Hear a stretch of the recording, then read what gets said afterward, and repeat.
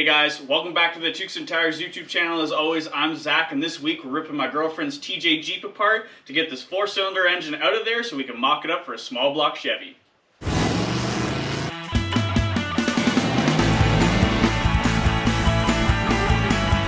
is that Timmy's? Yeah, because we're in Canada. Okay guys, so this is the start of doing the small block Chevy swap into my girlfriend's Jeep. So the motor that we got with the Chevelle, I know in the update we said that we were going to use that, but that thing was locked up solid. So we were saving this motor here. This is out of Dad's red truck. We did an LS swap in it. So this 350, there's nothing wrong with it. It ran really good.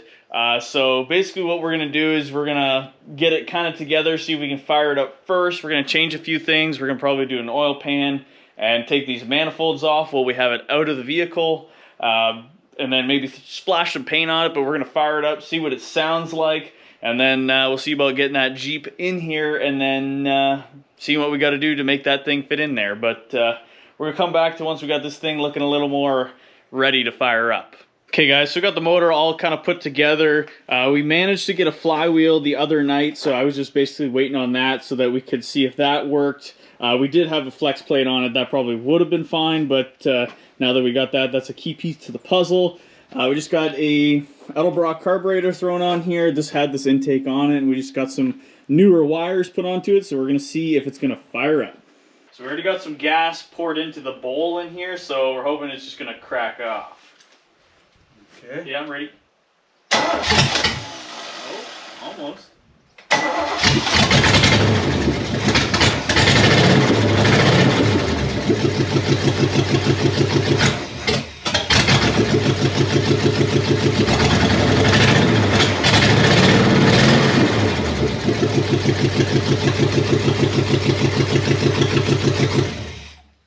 So fired up, not too bad. So we're probably gonna have to mess around with the timing a little bit. We just kind of just roughly set this up just so it'd fire up. But this thing is a great running engine. We did search up the VIN on it, so it was a crate motor that somebody bought at one time. It's seen better days. It's pretty rusty, so probably the next time you see it, we're gonna have it all cleaned up and painted. I do have some headers that might work in the Jeep, so basically gonna get this thing put together so that it'll be ready to drop in there. But probably the next thing you're going to see is we're going to get the Jeep in here and we're going to start tearing that thing apart to see what we need to do to fit her in there. But so far, it's just, you know, what could go wrong?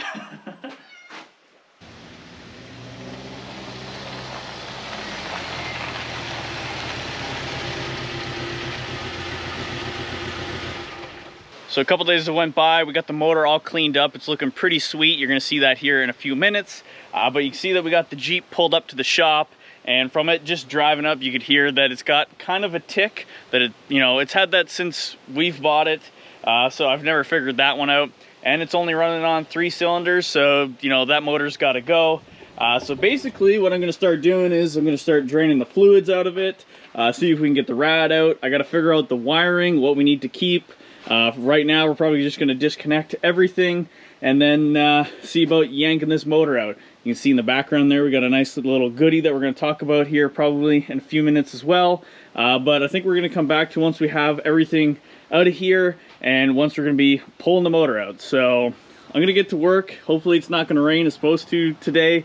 But I'm going to get as much done as I can and then we'll be yanking it out of there. So let's get after it.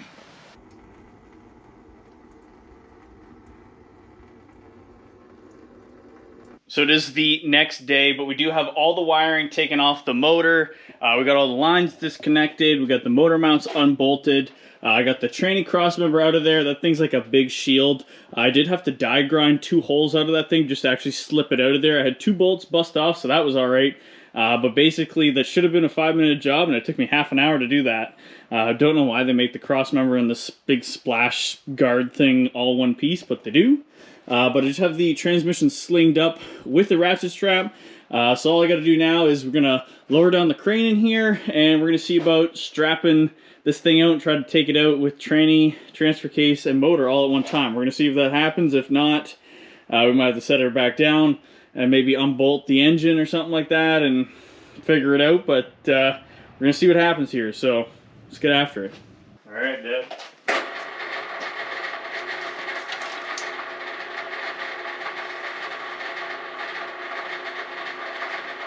should have taken those coolant hoses off completely, or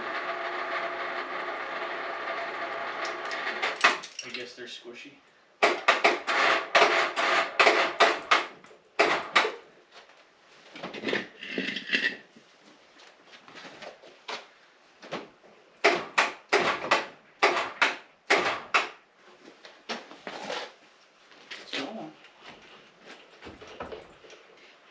I think I should drop the jack. I have to drop the jack.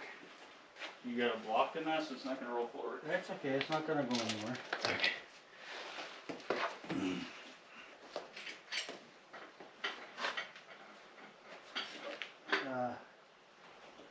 You think that exhaust pipe is going to clear? I don't know yet.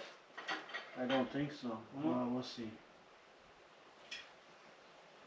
How much? More?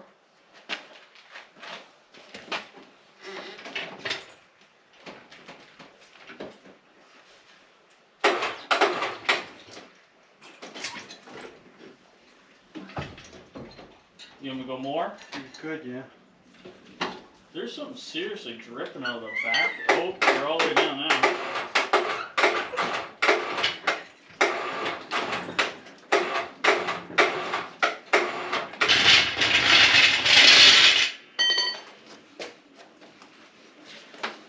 That's dripping out of the truck. Yeah, so does that like drainage tube thing. Maybe the engine was blocking it. Okay. Yeah, that's water. Oh, there was a ground strap. Alright, hold on, you're hooked. Oh, something's puking out of this thing. Oil.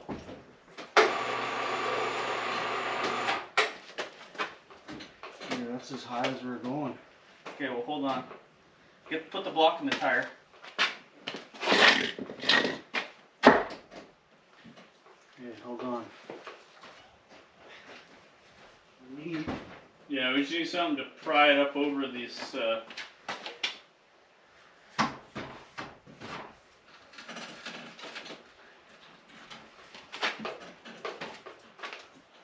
was going to see if I could lift it. We need to What about a ratchet strap? change. Maybe. You got one somewhere? What'd you do with the black one you I had? just threw it in the bucket over there. Okay. Here. Yeah.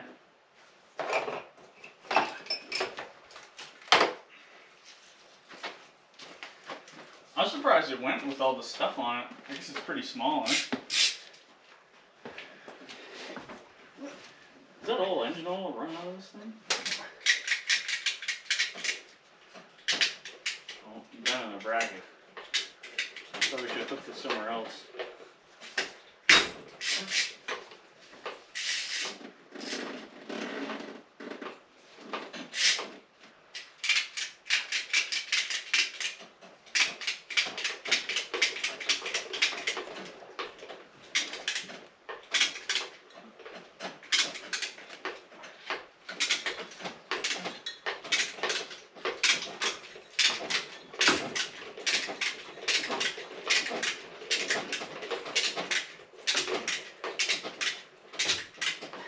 Not going to snap, is it? Wow, I hope not. It's Well, too bad we couldn't get it to a point where then I could lift it. See, if you could come here or somewhere, Yeah, lift it a little as I'm ratcheting, right? To Sure. make it easier.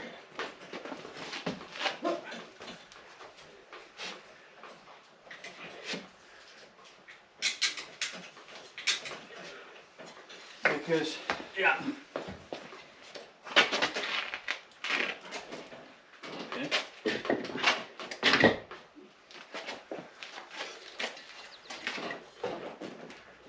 hold on. What's that?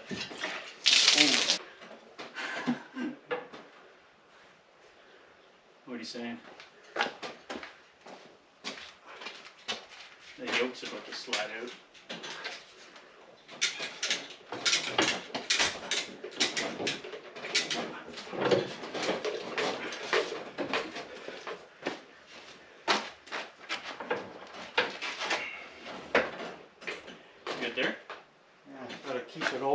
Yeah. Watch that doesn't snap. You always get a secondary strap. Hold on.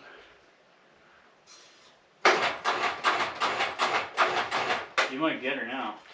Yeah, Okay, hold take on. your block away.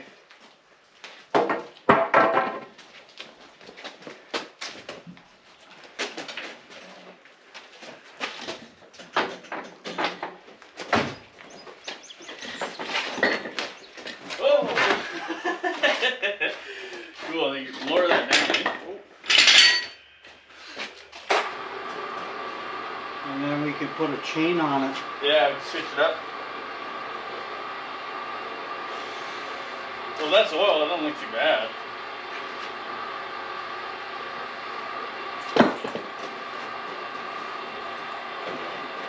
Oh, we got coolant coming right Stick them back together. now. I just stuck it in behind the fan. There you have it, guys. We got the motor out. Took a little mess around figuring out how to get it over. You know, we didn't really put too much thought into it. We were just like, oh, we need to get it out of there. Ratchet strap came in handy. We had to kind of muscle her over the grill there, but we managed to get it out all in one piece, so that's really awesome. So now, I think I got a little bit of cleaning to do. I might get the pressure washer out, clean all that up in there, and then we might see about checking out what we need to do to mock up that small block in there. So this is pretty successful. We made a mess, Dad. Kitty, I'm gonna steal you some of your stuff here.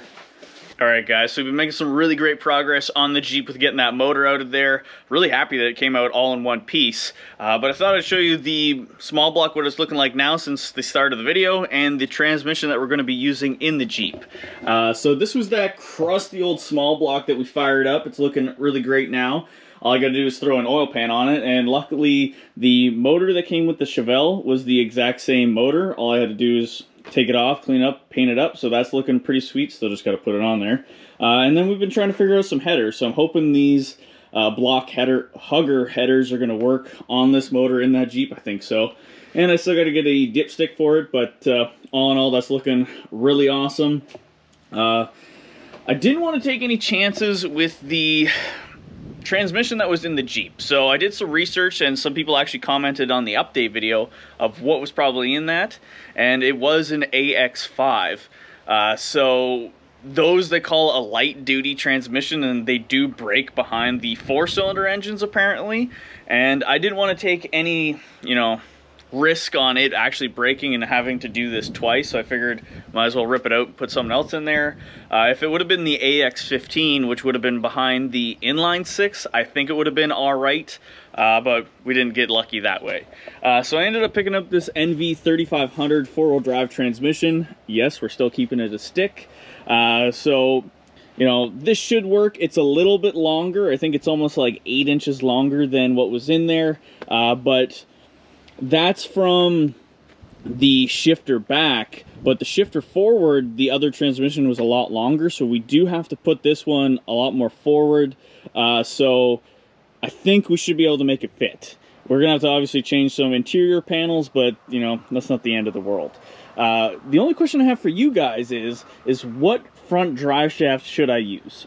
Obviously both of them have that crazy joint on them, but I don't know which one's better. I don't know if the skinny one out of the Jeep is better, or this one came with one and it's a bigger one. I would have to obviously get it lengthened, but I don't know which is better. Is it better off to have that one? Will that have less vibration than that one? I have no idea. So please comment down below on what you think. Taking any options here. Obviously, if the one that came out of the Jeep doesn't have to be shortened or lengthened or whatever, I'll end up just using that one just to save some money. Yeah, that's my only thoughts on that right now. But keeping it a stick, I think that's going to be awesome. Yeah, the Jeep's looking pretty sweet. I am going to be doing some pressure washing today just to get her all cleaned up out here. But I think that's where we're going to end off this video. I do have to do a bunch of research on the wiring, if I can take the computer out to still make the gauges work, or if I got to leave it in so that they do work. I don't know yet. I am gonna obviously cut it down to stuff that we don't need in it. I don't know if it's gonna throw up some lights up on the gauge, but if it does, I'll just end up just Sharpieing over it so you can't see those lights on, or I'll see if I can take the bulbs out of it. That's where we're gonna end off here. Next video, we're actually gonna be getting the transmission and small block into this thing, so that's gonna be pretty sweet, so definitely stick around for that. I do have to get this thing running sooner rather than later, just because my girlfriend wants to start driving it. Yeah, thank you guys so much for watching. Definitely comment down below any information you know about wiring or that drive shaft or anything else you think I should know about Jeeps, because I am not a Jeep guy. I am a Chevy guy, but I know how to put a Chevy motor pretty much into anything. So definitely stick around. Thanks for watching, thanks for subscribing, and as always, don't forget to salute the beaver. Catch you next time.